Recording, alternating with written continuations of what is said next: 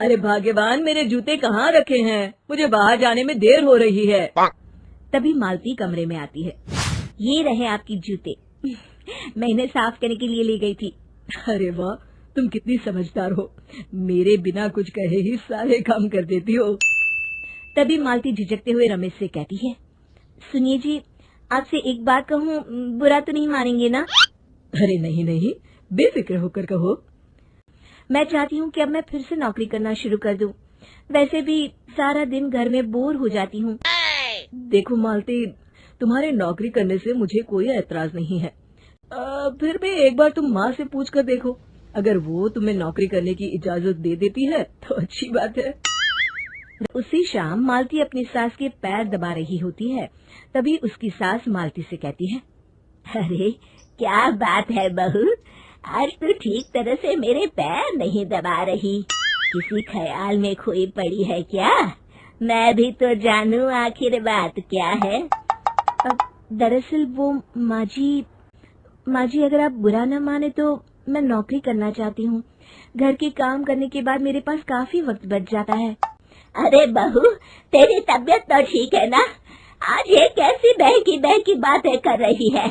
भला हमारे खानदान में आज तक कभी किसी औरत ने नौकरी की है जो तू नौकरी करने की बात कर रही है, हैं? अरे बहू, तू क्या रिश्तेदारी में हमारी नाक कटाना चाहती है? जितना जल्दी हो सके अपने दिमाग से नौकरी का भूत उतार दे। मालती मन मार कर खाना पकाने के लिए रसोई घर में चली जाती है। अगले दिन, नमस्ते माँ जी, कैसी हैं आप?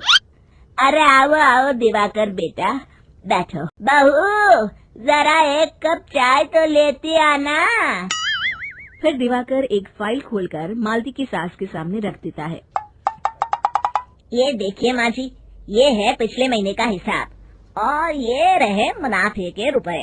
एक बार हिसाब देख लीजिए और इन कागजों पर अपने दस्तखत कर दीजिए।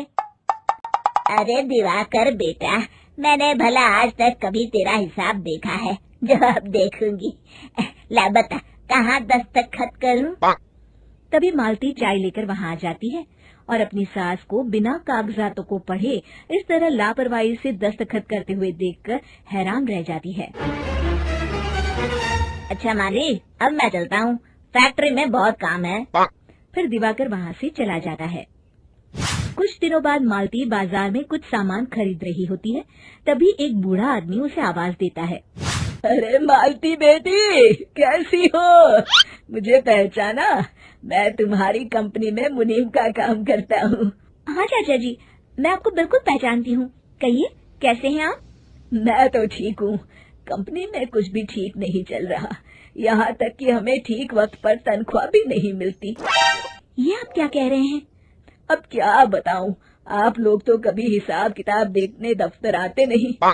मेरी मानो तो एक बार आप लोग दफ्तर आकर सारा हिसाब किताब देख लो, आपको असलियत पता चल जाएगी। अच्छा बेटी, अब मैं चलता हूँ, देर हो रही है। तभी वहाँ रमेश भी आ जाता है, लेकिन मालती की सास मालती की किसी भी बात पर विश्वास नहीं करती। तभी रमेश कहता है, अरे माँ, बिना आग के कभी धुआं नहीं उठता। जब मालती इतना कह रही है तो हमें एक बार दफ्तर चलकर देख लेना चाहिए।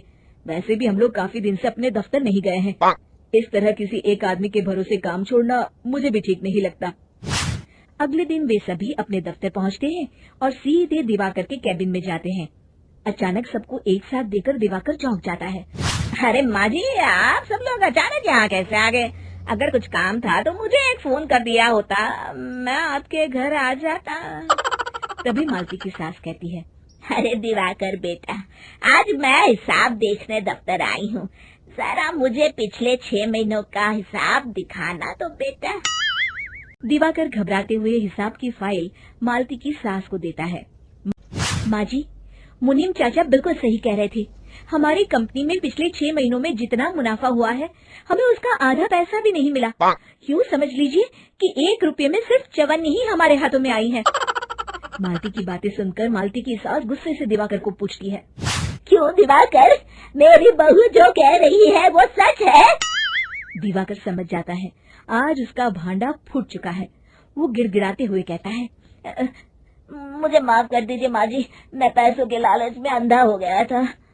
अरे वाह दिवाकर, तू तो एक नंबर का चोर निकला। इतने दिनों से मैं तुझ पर आंख बंद करके भरोसा करती रही और तू मुझे ही चूना लगाता रहा। अभी के अभी निकल यहाँ से और दोबारा अपनी शक्ल मत दिखाना। दिवाकर वहाँ से भाग जाता है।